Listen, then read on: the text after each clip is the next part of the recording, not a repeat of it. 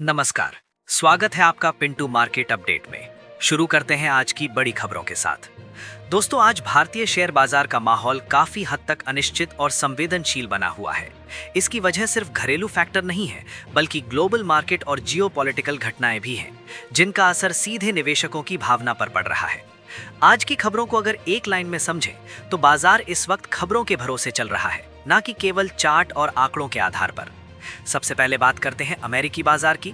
बीती रात यानी 16 जनवरी 2026 को अमेरिका के प्रमुख इंडेक्स जैसे डाउ जोन्स और नैस्डैक कंपोजिट कमजोर बंद हुए। पूरे सेशन में बाजार पर दबाव बना रहा। टेक शेयरों में खास तौर पर बिकवाली देखने को मिली। इसके पीछे कई वजह हैं। एक तरफ ब्याज दरों को लेकर अनिश्चितता बनी हुई है, वहीं दूसरी तरफ जियोपॉलिटिकल तनाव ने भी निवेशकों को सतर्क कर दिया है। मेरे विश्लेषण के अनुसार जब भी अमेरिकी बाजार में इस तरह की कमजोरी आती है, तो उसका मनोवैज्ञानिक असर ग्लोबल मार्केट पर जरूर पड़ता है, भले ही अगले दिन एशियाई बाजार सीधे उसी दिशा में ना जाएं। अब अगर भारतीय बाजार की बात करें, तो यहाँ तस्वीर थोड़ी मिली जुली नजर आती है। गिफ्ट निफ्टी यानी पहले जिसे SGX निफ्टी कहा जाता था, वो हल्की बढ़त के साथ बंद हुआ, लेकिन इस बढ़त को बहुत मजबूत संकेत नहीं माना जा सकता। कारण साफ है, बाजार के सामने इस वक्त कोई बड़ा पॉजिटिव ट्रिगर नहीं है। बजट से पहले निवेशक और ट्रेडर दोनों ही सतर्क हैं। इसके अलावा जियोपॉलिटिकल खबरें बार बार सेंटिमेंट को हिला रही हैं। एक और अहम फैक्टर है भारतीय रुपए की चाल। हाल ही में भारतीय रुपया डॉलर के मुकाबले अचानक कमजोर हुआ और ये करीब अपने रिकॉर्ड निचले स्तर के आसपास पहुंच गया। डॉलर के मुकाबले रुपए में ये गिरावट अपने आप में चिंता का विषय है। इसका सीधा असर आयात पर पड़ता है और महंगाई के दबाव की आशंका भी बढ़ जाती है।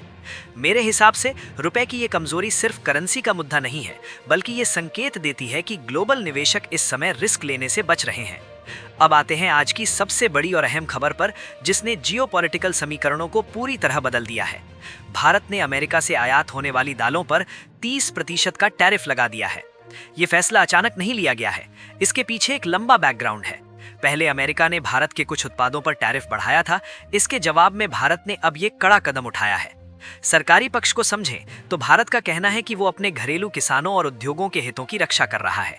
भारत लंबे समय से ये संकेत दे रहा था कि अगर व्यापार में संतुलन नहीं रखा गया, तो जवाबी कार्यवाही की जा सकती है। इस खबर का संकेत ये है कि भारत अब व्यापारिक मामलों में पहले से ज्यादा सख्त रुख अपनाने को तैयार है। अमेरिका की तरफ से भी प्रतिक्रिया सामने आई है। कुछ अमेरिकी सेनेटरों ने पूर्व राष्ट्रपति डोनाल्ड ट्रंप से अपील की है कि भारत से इन टैरिफ को हटाने का अनुरोध किया जाए। उनका कहना है कि इन शुल्कों की वजह से अमेरिकी किसान नुकसान में हैं। यहाँ पर साफ दिखता है कि ये सिर्फ व्यापार का मुद्दा नहीं है, बल्कि राजनीति और रणनीति भी इसमें शामिल है। अब सवाल उठता है कि इसका असर भारतीय अर्थव्यवस्था और शेयर बाजार पर क्या पड़ेगा। शुरुआती दौर में जब अमेरिका ने भारतीय उत्पादों पर टैरिफ बढ़ाया था, तब भारत के निर्यात पर असर पड़ा था। खासतौर पर जेम्स और ज्वेलरी सेक्टर में गिरावट देखने को मिली थी। लेकिन हाल के आंकड़े ये दिखाते हैं कि भारत ने धीरे धीरे अपने निर्यात को डाइवर्सिफाई किया है। अमेरिका को होने वाला निर्यात फिर से बढ़ा है। निवेशकों के लिए इसका मतलब ये निकलता है कि भारत अब सिर्फ एक या दो बाजारों पर निर्भर नहीं रहना चाहता। इस पूरी कहानी का एक और जियोपॉलिटिकल एंगल भी है, और वो है ईरान और अमेरिका के बीच तनाव। ईरान में हाल के दिनों में हालात कुछ हद तक स्थिर हुए हैं, लेकिन डोनाल्ड ट्रंप के बयानों ने वहां की स्थिति को फिर से गरमा दिया। इस तनाव का असर कच्चे तेल की कीमतों पर भी पड़ सकता है। अगर मिडिल ईस्ट में हालात बिगड़ते हैं, तो इसका सीधा असर भारत जैसे तेल आयातक देश पर पड़ेगा। मेरे विश्लेषण के अनुसार यही वजह है कि बाजार इस समय किसी भी बड़ी पोजीशन से बच रहा है। अब बात करते हैं निफ्टी की।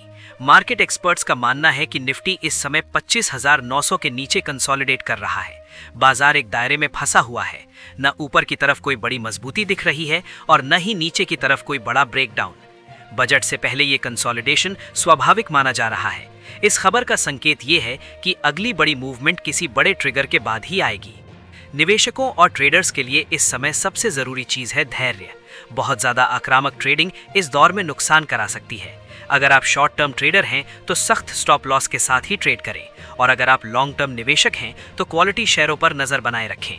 हर गिरावट को खरीदारी का मौका मानने से पहले यह समझना जरूरी है कि गिरावट की वजह क्या है। आज की खबरों में बैंकिंग सेक्टर भी चर्चा में है। HDFC बैंक और ICICI बैंक के तिमाही नतीजे आ चुके हैं।